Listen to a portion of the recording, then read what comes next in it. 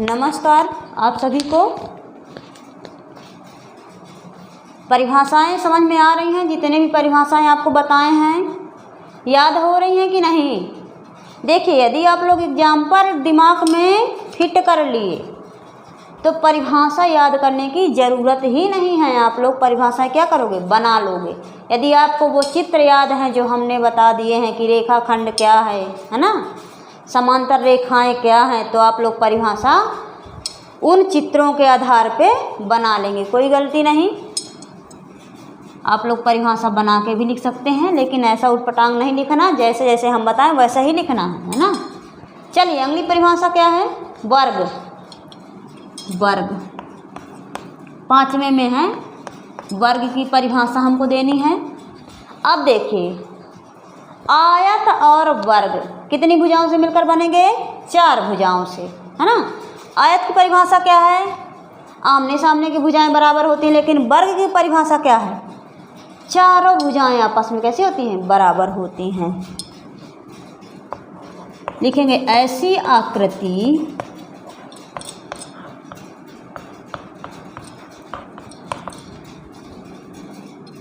जिसकी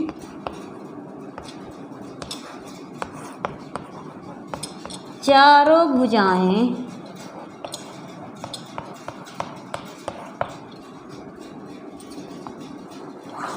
आपस में बराबर हों।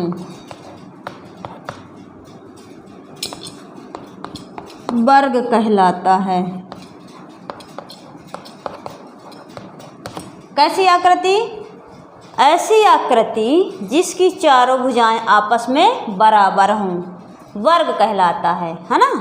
चारों भुजाएं, अब ऐसा नहीं कि भुजाएं अलग अलग बिखरी पड़ी होंगी, जुड़ी हुई होंगी, है ना। कैसी जुड़ी हुई होंगी हम आपको ये बता रहे हैं।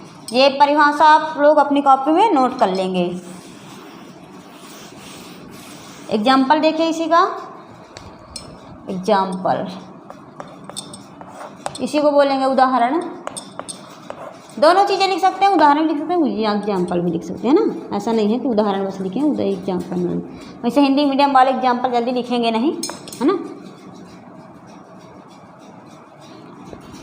चलिए बनाते हैं। ये मान लीजिए हमारी भुजाएं हैं, आकृति है। देखिए, चारों भुजाएं आपको बराबर दिख रही हैं। ये यदि 2 सेंटीमीटर की है तो ये भी 2 सेंटीमीटर की होगी, ये भी 2 सेंटीमीटर की, ये भी 2 सेंटीमीटर की। सेंटीमीटर कितने सेंटीमीटर? 2 सेंटीमीटर की। और इसमें क्या खासियत है? प्रत्येक कोण कैसा होगा? समकोण होगा। परिभाषा में हम नहीं लिखवाए, पर आप लोग ऐसे जान लो, जहाँ पे आएगा समकोण वाली बात तो हम आपको ये सारी चीज़ें बताएंगे, है ना। प्रत्येक कोण कैसा होगा? समकोण होगा। समकोण मतलब 90 अंश। यहाँ भी 90, चारों कोने में उसके कैसे बनेंगे? समकोण बने। आयत में भी समकोण बनेंगे, वर्ग में भी समकोण। वर्ग की सबसे बड़ी पहचान है कि इसकी चारों भुजाएं कैसी होंगी? आपस में बराबर होंगी। देखिए, यहाँ 2 सेंटीमीटर, 2 सेंटीमीटर, 2 सेंटीमीटर, 2 सेंटीमीटर, सभी भुजाएं कैसी हैं? बराबर। यदि यहाँ पे 2 सेंटीमीटर, यहाँ 4 हो जाता, तब ये वर्ग नहीं कहलाता। तो वर्ग का सबसे इम्पोर्टेंट भाग क्या है? उसकी भुजाएं। यदि भुजाएं आपस में बराबर मिल गई तो आपको वो वर्ग समझ में आना चाहिए कि वर्ग बना हुआ है। आ रहा है समझ में कुछ? बिल्कुल समझ में आएगा। आप लोग एक बार परिभाषा, एक बार चित्र, किसी भी तरीके से आप लोग समझेंगे। ज़्यादा आपको उदाहरण ही समझना है। उदाहरण के बाद आप लोग परिभाषा बना के लिख लेंगे। सबसे ज़्यादा आपको उदाहरण, कोई चीज़ प्रैक्टिकली ज़्यादा समझ में आती है ना। कोई दूर से बोले कुतुब मीनार ऐसा था वैसा था, लेकिन जब आप जाके देखेंगे तो वो आपको ज़्यादा दिमाग में रहेगा कि कैसा था। बताने पे उतना नहीं समझ में आता। इमेजिन कर सकते हैं, लेकिन देखी हुई बात हम पर्दे पे उतार सकते हैं, किसी को अच्छे से डिफाइन कर सकते हैं।